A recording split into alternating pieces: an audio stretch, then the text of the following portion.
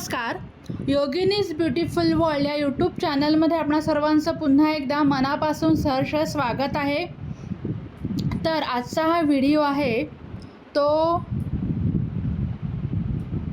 आताच्या जे डिजिटल युग आहे ज्याच्यामध्ये सर्वच जण किराणापासून ते भाजीवाल्यापर्यंत आणि हॉटेल्सपासून ते शॉप्सपर्यंत सर्वत्र UPI पेमेंट म्हणजे QR कोड स्कॅन करून जे पैसे देतात, तर त्यांच्यासाठी हा व्हिडिओ आहे.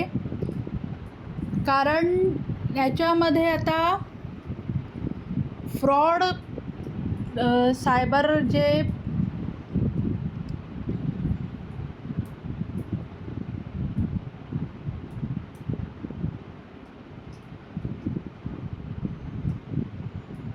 जे सायबर भामटे आहेत ते काय फ्रॉड करत आहेत त्याविषयीची एक पोस्ट माझ्याकडे आलेली आहे. तर ती या व्हिडिओच्या माध्यमातून मी आपणा सर्वांपर्यंत पोहोचवणार आहे. तर सर्वांनी हा व्हिडिओ शेवटपर्यंत ऐकायचा आहे. पेमेंटसाठी QR कोड स्कॅन करताय, मग हा सायबर फ्रॉड आधी समजून घ्या. डॉक्टर धनंजय देशपांडे. किराणापासून भाजीवाल्यापर्यंत आणि हॉटेल्सपासून शॉप्सपर्यंत आता सर्वत्र UPI पेमेंट म्हणजेच QR कोड स्कॅन करून पैसे देणे अंगवळणी पडले आहे. मात्र अशा प्रकारे पेमेंट करताना अनेक जण थोडे गाफील राहतात. कारण QRने पेमेंट करणं इतकं सवयीचं झालं आहे की जणू श्वास घेणे आणि सोडणे ही क्रिया कुठे अभ्यासपूर्वक अथवा बारकाईने लक्ष ठेवून करतो. सहजपणे ती क्रिया होते. अगदी तसेच आपण QRने पेमेंट करतोय.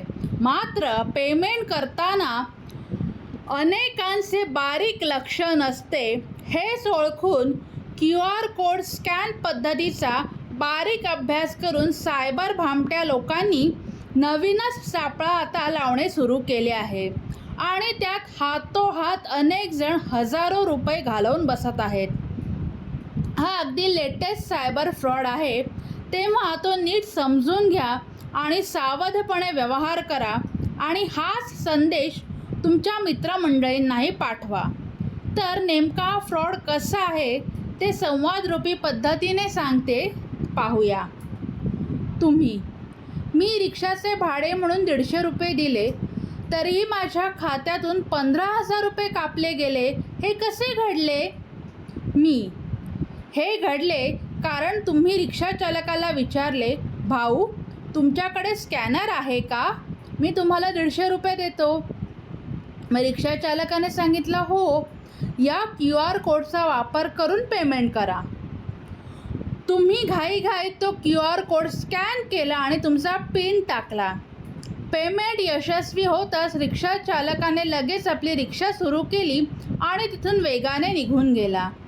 काही सेकंदानंतर जेव्हा तुम्ही तुमचा मोबाईल तपासला तेव्हा तुम्हाला मोठा धक्का बसला. हे काय आहे? 150 ऐवजी 1500 रुपये कसे कापले गेले? तर नक्की काय घडले ते खालीलप्रमाणे आहे. तुम्ही QR कोड स्कॅमचे म्हणजे फसवणुकीचे बळी ठरला आहात. मग तुम्ही काय सांगताय, पण मी तर फक्त QR कोड स्कॅन केला होता. प्रत्येक QR कोड हा पैसे घेण्यासाठीच असतो असे नाही. काही QR कोड प्रत्यक्षात कलेक्ट रिक्वेस्ट म्हणजे पैसे मागण्याची विनंती तयार करण्यासाठी असतात. म्हणजे तुम्ही प्रत्यक्षात 15,000 रुपयांच्या विनंतीला मंजुरी दिली आणि जसा तुम्ही पिन टाकला तसे पैसे कापले गेले. Doctor DD class.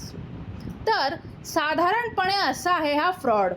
जर तुम्ही सतर्क राहिलात तर तुम्ही अशा फसवणुकीपासून स्वतःचा बचाव नक्की करू शकता. त्यासाठी काय पाहायचे, तर जर स्क्रीनवर कलेक्ट रिक्वेस्ट, पे रिक्वेस्ट किंवा अप्रूव्ह यांसारखे शब्द दिसत असतील तर तो व्यवहार त्वरित रद्द करा आणि अजून एक म्हणजे पेमेंट केल्यानंतर केवळ ॲपमधील नोटिफिकेशनच नाही तर बँकेकडून आलेला SMS देखील तपासा.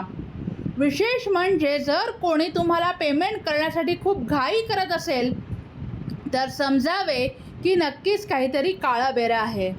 लक्षात ठेवा, QR कोड स्कॅन करणे ही स्वतःहून धोकादायक गोष्ट नाही, परंतु माहिती न वाचता आणि आंधळेपणाने पिन टाकून पेमेंटला मंजुरी देणे हा निव्वळ मूर्खपणा आहे. Doctor Dhananjay Deshpande, cyber security expert, 3 times national award winner, 3 times state award winner, HOD, cyber awareness foundation, Maharashtra state. तुम्ही तर सावध व्हाच, पण इतरांनाही हे पाठवून सावध करा.